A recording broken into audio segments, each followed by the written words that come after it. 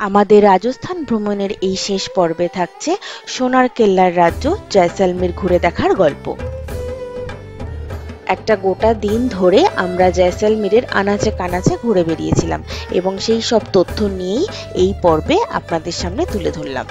একটা গোটা দিনে কিভাবে আপনারা পুরোটা জয়সালমের ঘুরে দেখতে পারেন তার জন্য এই পুরো ভিডিওটি কিন্তু অবশ্যই দেখবেন।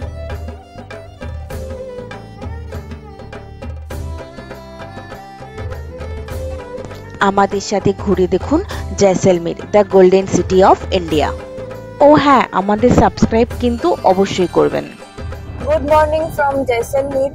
আমরা কালকে স্যামসাং ডিউন্সে ছিলাম আর আজকে যাব হচ্ছে সিটি ট্যুর, তার সঙ্গে যাব হচ্ছে কুলধারা। অন দ্য ওয়ে পরে মানে স্যামসাং ডিউন্স থেকে সিটির দিকে যেতে গেলে কুলধারা হয়ে যেতে হয়, একটু মানে মেন রোড থেকে আরো 5 কিলোমিটার ভেতরে।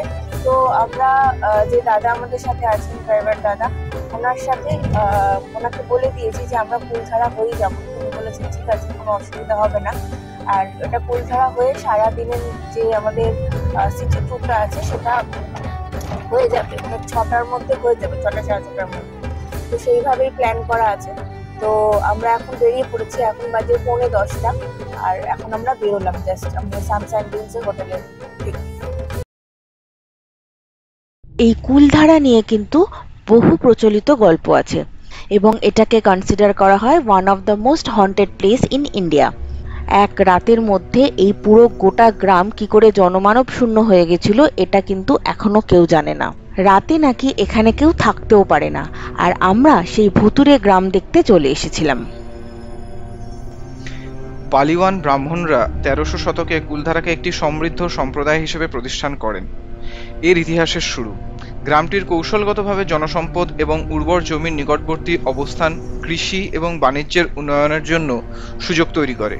কুলধারা সময়ের সাথে সাথে একটি সমৃদ্ধ এবং আত্মনির্ভরশীল সম্প্রদায়ে পরিণত হয়, যা এর বুদ্ধিমান এবং দক্ষ কারিগরদের জন্য পরিচিত। আমরা এখন যাচ্ছি কুলধারার যে মন্দিরটা আছে, মন্দিরটার ওখানে। রাজস্থানের প্রত্যেকটা জায়গার মতো এখানেও কিন্তু গাইডরা জোরাজুরি করবে, কিন্তু আমাদের মতে গাইডের কোনো প্রয়োজন নেই, দিব্যি টুকটুক করে নিজেদের মতো ঘুরে দেখা যায়। 1900 শতকে গ্রামটি হঠাৎ করেই রাতারাতি ডেজার্টেড হয়ে গিয়েছিল। এটি বিশ্বাস করা হয় যে একটি নিষ্ঠুর ও নিপীড়ক শাসকের আগমন, যিনি গ্রামের একটি যুবতী মেয়ের হাত বিয়ের জন্য দাবি করেছিলেন, এই বিরতির সাথে যুক্ত। অ্যাবান্ডনমেন্টের এর সঠিক কারণ এখনো একটি রহস্য হিসেবে রয়ে গেছে।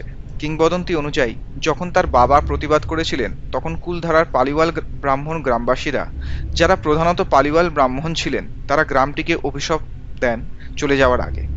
বিশ্বাস করা হতো যে এই অভিশাপের কারণে গ্রামটি অ্যাবান্ডন্ড, প্রেতাত্মাগ্রস্ত এবং আর কখনোই জনবহুল থাকবে না। এই ভুতুড়ে গ্রামে ঘুরে বেড়ার অভিজ্ঞতা আমাদের সকলের পক্ষেই বেশ রোমাঞ্চকর ছিল। যেদিকেই চেয়ে দেখছিলাম খালি ধুধু প্রান্তর, ইটকাট পাথরের দাঁত বার করা কিছু ভগ্নদশা পাঁচিল, যা আমাদের দিকে চেয়েছিল এবং বলতে চাইছিল তাদের হারিয়ে যাওয়া ইতিহাসের গল্প। কখনো মনে হচ্ছিল চারিদিকে হয়তো কেউ নেই, সত্যিই জনমানব শূন্য। আবার কখনো মনে হচ্ছিল এইসব ইটকাট পাথরের দেয়ালের আড়াল থেকেই হয়তো কেউ চুপচাপ আমাদের পর্যবেক্ষণ করে যাচ্ছে। এই জায়গায় কিন্তু প্রচুর হিন্দি বাংলা সিনেমার শুটিংও হয়েছে। আমাদের ড্রাইভার দাদা জানালেন এই স্থানে নাকি রিসর্ট বানানোর উদ্যোগ নেওয়া হয়েছিল, কিন্তু কর্মচারীরা মাঝ রাতে কিছুতে ভয়ঙ্কর রকমের ভয় পেয়ে এখান থেকে ছুটে বেরিয়ে চলে যান, আর কখনো এই জায়গায় ফিরে আসেননি। তারপরে রিসর্ট বানানোর কাজও বন্ধ হয়ে গিয়েছে। এবার আমরা এসে পৌঁছলাম জয়সালমের প্যালেসের বাউন্ডারির ভেতরে। আমরা এখানেই হোটেল নিয়েছি, আমাদের সে রাত্রেই ফিরে যাওয়ার ট্রেন ছিল, তাই আমরা একটাই রুম নিয়েছিলাম যেখানে লাগেজ রেখে একটু ফ্রেশ হওয়া যায়। এই আমাদের হোটেল, হোটেল কিংস ভিলা। এখানে আশেপাশে এরকম অনেক হোটেল আছে।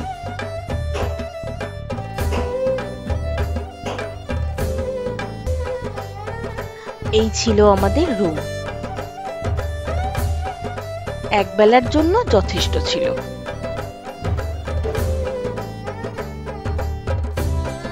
বাথরুমটা পরিষ্কার।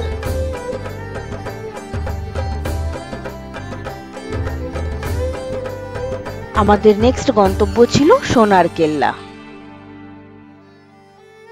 ছোট থেকেই সত্যজিৎ রায়ের সোনার কেল্লা সিনেমা দেখার পর থেকে ভেতরে একটা ইচ্ছে ছিল যে একদিন না একদিন সোনার কেল্লা চাক্ষুষ দেখব, এবং সেই জন্যই আমরা পৌঁছে গেছিলাম সোনার কেল্লাতে। জানতাম এখানে হয়তো কোনো মুকুলের সাথে দেখা হবে না, কিন্তু সোনার কেল্লাকে চোখের সামনে দেখার এই অভিজ্ঞতা কি ছাড়া যায়? ঢুকতেই চোখে পড়বে প্রচুর দোকানপত্র, যেখানে জামা কাপড় সহ বিক্রি হচ্ছে পাথর বাটি, যেগুলো জয়সলমীর থেকে লোকজন নিয়ে আসে সোনার মতো দেখতে। প্লাস আরও যেটা রয়েছে সেটা হচ্ছে প্রচুর রাজস্থানী পুতুলের দোকান, ভীষণ সুন্দর লাগবে, এত কালারফুল। দেখা ভালো যে সোনার কেল্লা আপনারা যখনই দেখতে আসবেন তখন প্রচুর গাইডরা আপনাকে বলবে যে এখানে গাইড নিতে, কারণ গাইড ছাড়া সোনার কেল্লা ঘোরা অসম্পূর্ণ। আমরা প্রথম দিকে রাজি না হলেও পরের দিকে একজন বয়স্ক দাদুকে নিজেদের গাইড হিসেবে নিয়ে নিয়েছিলাম, তার কারণ আমরা দেখেছিলাম সোনার কেল্লার পুরোটা ঘুরতে সত্যি গাইড ছাড়া পসিবল নয়। গরমে ঘুরে ঘুরে সবাই ক্লান্ত হয়ে পড়েছিলাম, তাই এক জায়গায় দাঁড়িয়ে একটু লেবুর রস খেয়ে নিলাম। কেল্লার ভেতরে প্রচুর মন্দির রয়েছে, এটা সেরকমই একটি মন্দির। আর তারপর দাদু আমাদের নিয়ে চললেন মুকুলের বাড়ি দেখাতে, হ্যাঁ, যেখানে শুটিং হয়েছিল। এই সেই মুকুলের বাড়ি। সত্যজিৎ রায়ের সোনার কেল্লা সিনেমাতে এই ভগ্নাবশেষের মতো জায়গাটিকেই মুকুলের বাড়ি হিসেবে দেখানো হয়েছিল। সেই সময় জায়গাটি ভগ্নাবশেষ ছিল না, সেই সময় এখানে একটা পাকাপোক্ত বাড়ি ছিল। লিভিং প্যালেস না, লোকজন থাকে এখানে। আমাদের গাইড দাদা আমাদের বিভিন্ন জায়গায় কোথায় কি হয় এটা বোঝাতে বোঝাতে এগিয়ে যাচ্ছে, তার সঙ্গে শুভ্র।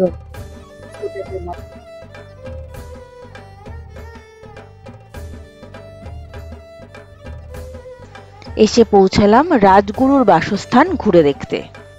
ভেতরে রাখা রয়েছে রাজগুরু এবং তার পরিবারের ব্যবহৃত বিভিন্ন সামগ্রী। এটা যেমন ঠাকুর ঘর,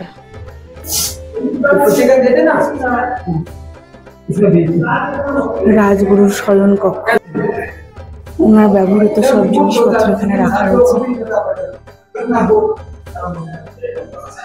লাঠি, ক্যামেরা, ফোন, রাজপুতানা। এটা ছিল রাজগুরুর আসন।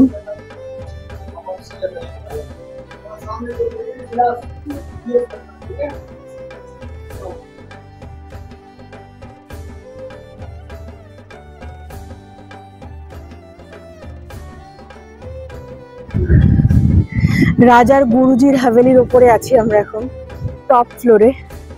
ওখান থেকে গোল্ডেন সিটির একটা তারপর ওখান থেকে বেরিয়ে আমরা ছোটখাটো জিনিসপত্র কিনতে ঢুকলাম। अब आप जैसलमेर के अंदर जब पधारोगे, जैन टेम्पल के पास में हमारा दुकान पड़ता है। इधर आपको हैंडीक्राफ्ट आर्टिकल, राजस्थान के बने हुए आर्टिकल्स मिलेंगे, जिसमें जैसलमेर का Hapur fossil stone, golden stone, modern art के अंदर बीज, मैग्नेट्स और भी काफ़ी कुछ वेराइटीज़ हमारे पास अवेलेबल है।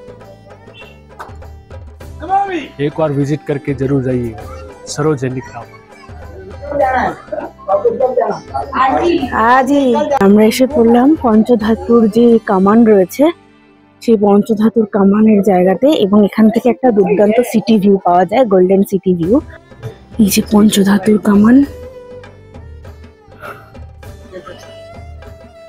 পঞ্চধাতু কামানের জায়গাটা থেকে গোটা জয়সলমীর শহরের একটা দুর্দান্ত ভিউ পাওয়া যায়, যেটা আপনারা এখন চোখের সামনে দেখতে পাচ্ছেন। কি সুন্দর, তাই না?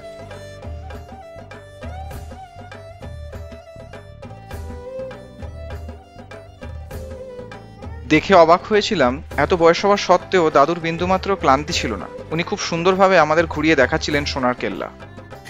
আমরা এসে পৌঁছলাম পাটওয়াও কি হাভেলিতে।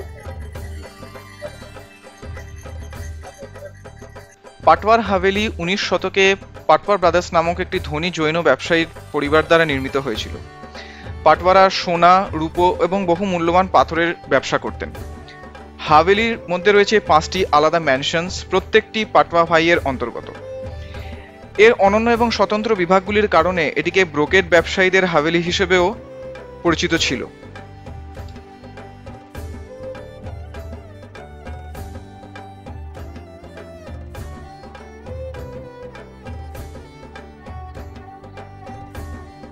ঘোরা শেষ হলে আমরা এসে হাজির হয়েছিলাম একটি ছোট্ট দোকানে, যেখানে জয়সলমীরের বহু জিনিসপত্র কিনতে পাওয়া যাচ্ছিল, যেমন সোনার পাথরবাটি, ছোট ছোট মূর্তি প্রভৃতি। আমরা এখান থেকে কিছু কেনাকাটাও করেছিলাম। এখানে সত্যজিৎ রায়ের ফটো রয়েছে, ভগবান মানে আমাদের সোনার কেল্লা ভ্রমণ সম্পন্ন করে আমরা রওনা দিলাম আমাদের পরবর্তী গন্তব্যের উদ্দেশ্যে। আমরা এসে পৌঁছলাম গাড়িসার লেক। গাদিসার লেক হলো একটি কৃত্রিম লেক, যা রাজস্থানের জয়সলমের শহরের দক্ষিণ অংশে অবস্থিত। এটি জয়সলমেরের প্রতিষ্ঠাতা রাজা রাওয়াল জয়সল দ্বারা নির্মিত হয়েছিল এবং সে সময় এটি জয়সলমের অঞ্চলের একমাত্র জলের উৎস ছিল।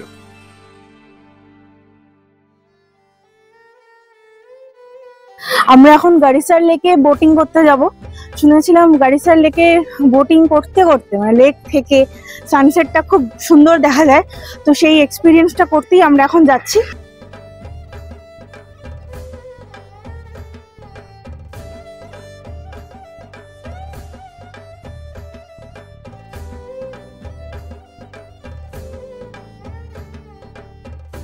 ये भैया क्या कौन सा फिश है?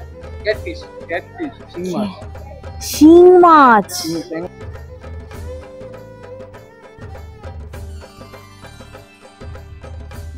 আচ্ছা, আমরা গাড়িসার লেকে এখন বোটিং করছি। আমাদের চার্জেস লাগলো 6 জনের বোটটা নিলাম, রোয়িং বোট। আমাদের প্যাডেলে পায়ের আর এনার্জি নেই যে আমরা প্যাডেল করব।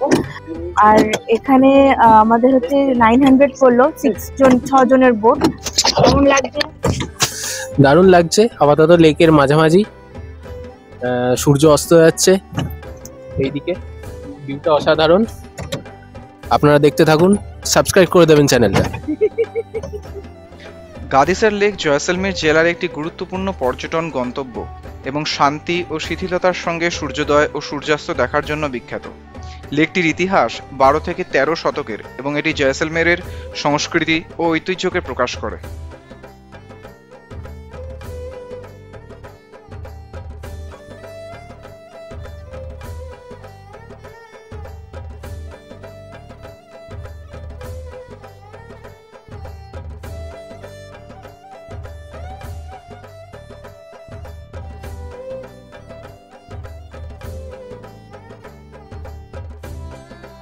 শুভ্র,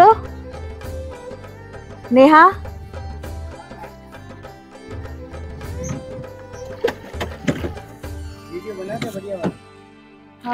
গাদিসার লেকে দুর্দান্ত কিছু সময় কাটানোর পরে আমরা এসে হাজির হয়েছিলাম তথাস্তু বাই দ্য লেক ক্যাফেতে। এটি গাদিসার লেকের গায়ে অবস্থিত একটি ক্যাফে, যেখান থেকে লেকের একটা দুর্দান্ত ভিউ দেখতে পাওয়া যায়।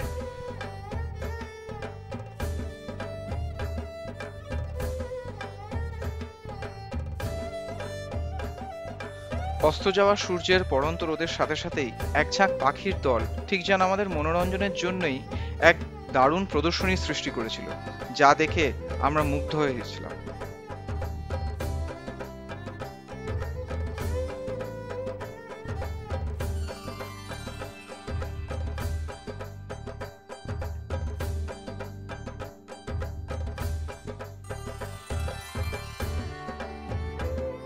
দেখতে দেখতে কখন যে অন্ধকার নেমে এসেছিল বুঝতেই পারিনি।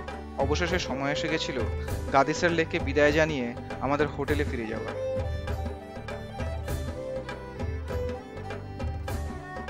রাতের সোনার কেল্লা এক কথায় অভূতপূর্ব। হোটেল থেকেই ডিনার সেরে আমরা বেরিয়ে পড়েছিলাম স্টেশনের উদ্দেশ্যে। ট্রেনে জয়সলমীর থেকে জয়পুর এবং সেখান থেকে বাই ফ্লাইট কলকাতা। আমাদের রাজস্থান ভ্রমণ এখানেই শেষ হলো। আবার দেখা হবে নতুন কোনো জায়গায়, নতুন কোনো গল্পে। সঙ্গে থাকবেন।